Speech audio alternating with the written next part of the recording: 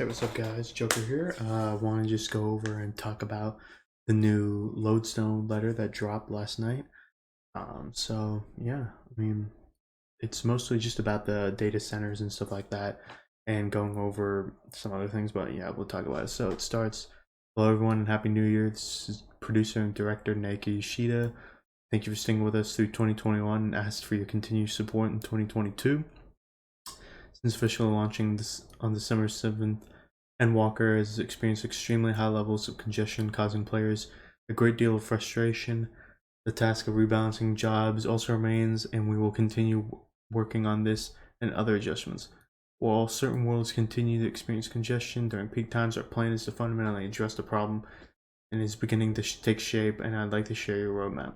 So yeah, I mean, it kind of happened, with Savage came out, congestion was starting to come back, but as I've noticed, I've been able to get in at night pretty easily. Like I think the biggest I've seen of the past week was like 97.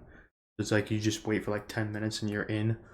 Um, but yeah, I mean, this is just to reduce it even more, especially since they're gonna be flooding eventually. But yeah, so I'll just skip to that and talk about it. Uh, but yeah, they are gonna be. Where do they say? Oh yeah, right there. So yeah, we'll be resuming service on Wednesday 26th. That's when they're gonna start reopening up people to buy the game. But they said they'll probably take it offline as well. But yeah, so this is like talking about Oceania data server opening, so they don't have like big ass latency. I honestly don't even know which server most of those people play on. Do they play in Japan or in America? Um, I don't know. Usually they're in America. That's why they're such low. They have such high latency. But it will be opening up on January 25th, and that's Japan time. So I mean, like, that's about where Oceania's time is anyway. Additionally, taking into account the number of players, Oceania, the original plan was 3, and then introduced 2. They're gonna add all 5 at the same time, so that's cool. That'll allow a lot of people to get in and not be, slammed with huge queues and stuff like that. And of course, you'll be able to waive the transfer fee.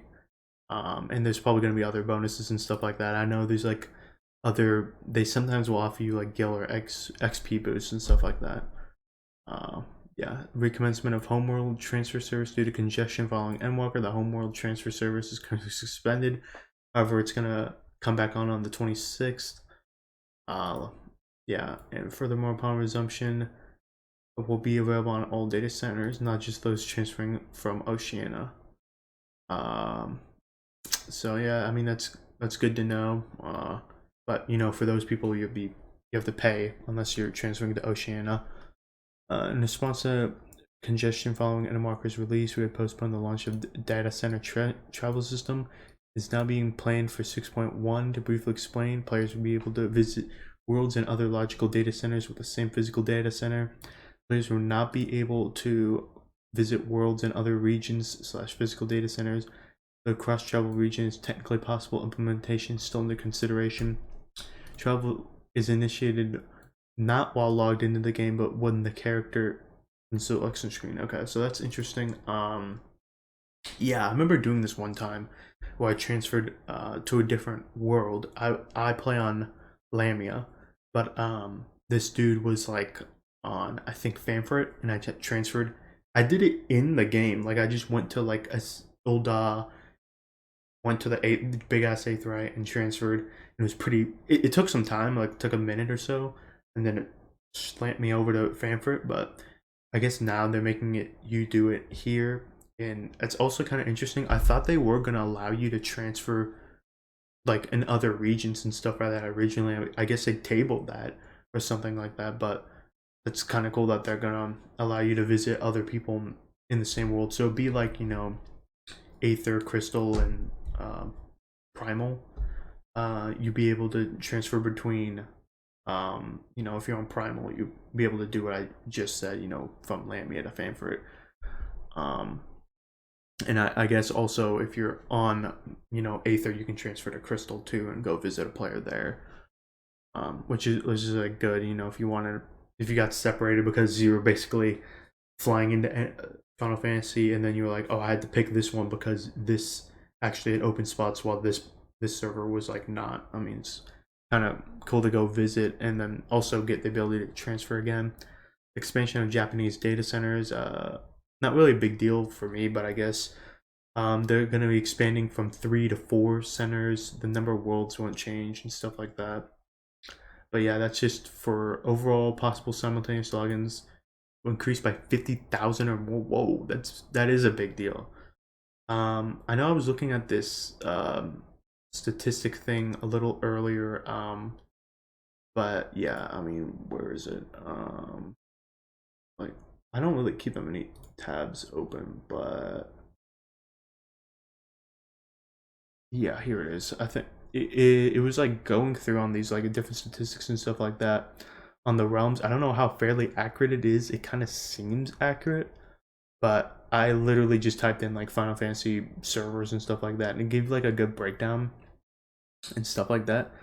Like so yeah, for example, that's a European realm. That's Phoenix. That's like a separate world inside a data center. 157,000 people. I think this is yeah, that's not active. That was like how many characters are there? But you know, here in America on Gilgamesh, this one is 11,000, usually active, 12,000 almost.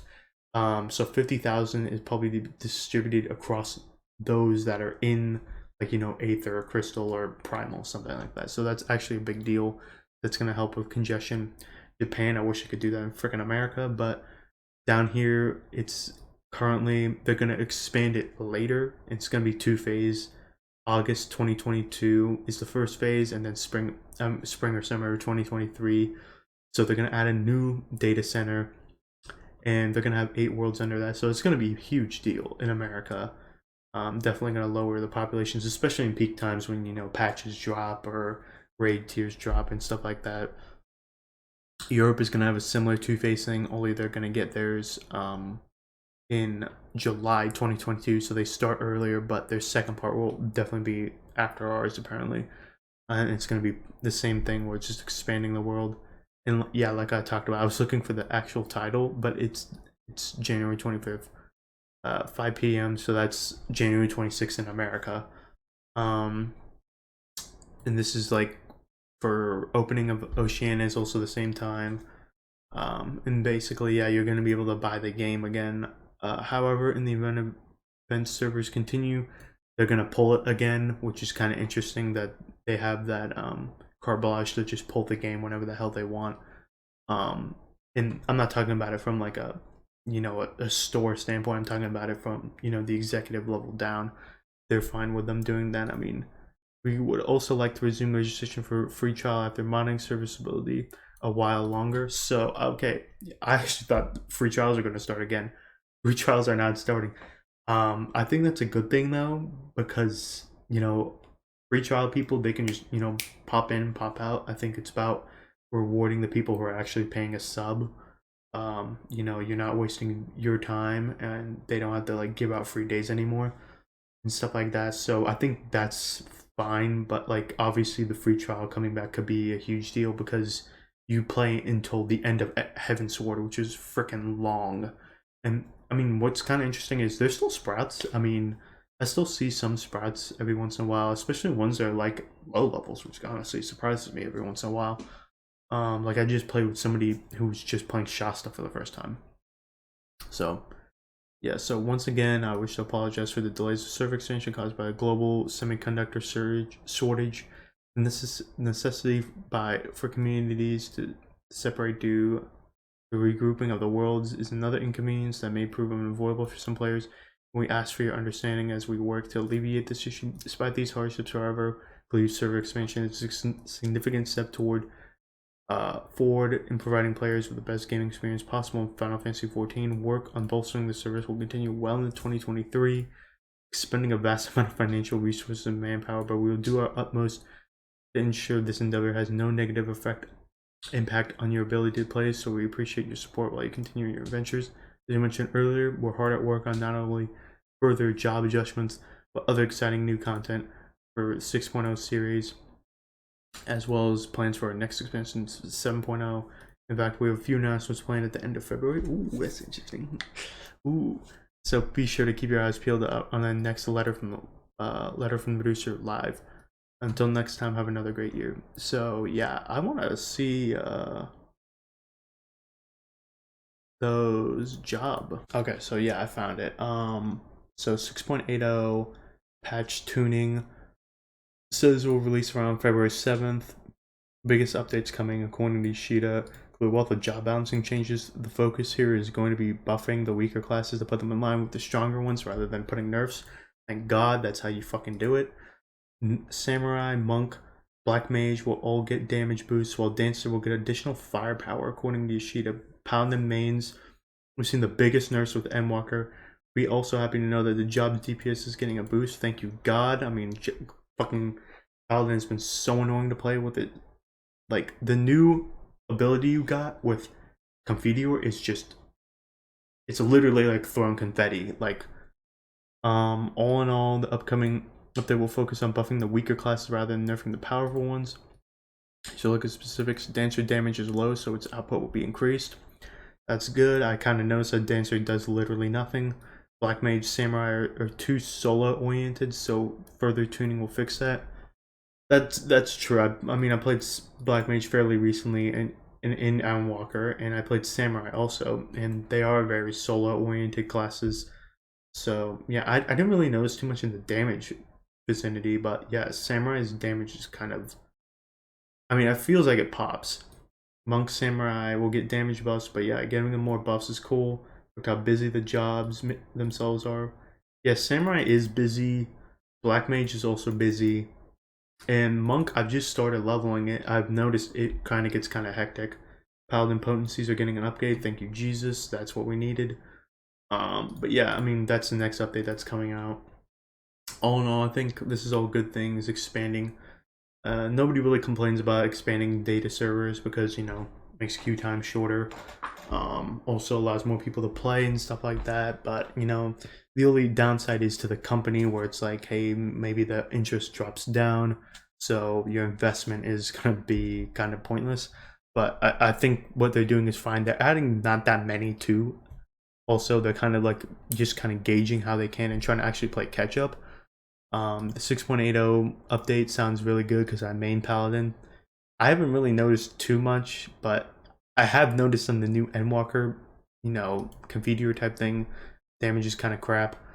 But yeah, I mean, this website I think is kind of cool. I'll probably like link it down below, just like, you know, if you want to like look at different realms and stuff like that. But yeah, overall, you know, get ready because queues are about to go up to 1,000 when people are able to buy the game again. On the looks like the 26th in America, January 26th. So yeah, uh, not too much there. You know, that's the video. You know, if you liked it, give it a like. Subscribe also helps out the channel. And until next time, see you later. Bye.